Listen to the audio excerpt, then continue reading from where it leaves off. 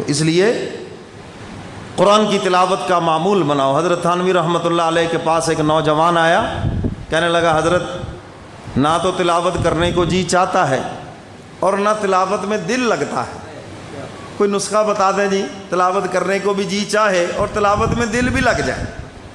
اور یہ بیماری آج بھی عام ہے نا جی؟ اللہ والوں کے ہاں ان چیزوں کا علاج ہے، خانقاہوں کے اندر انہی چیزوں کا علاج ہے۔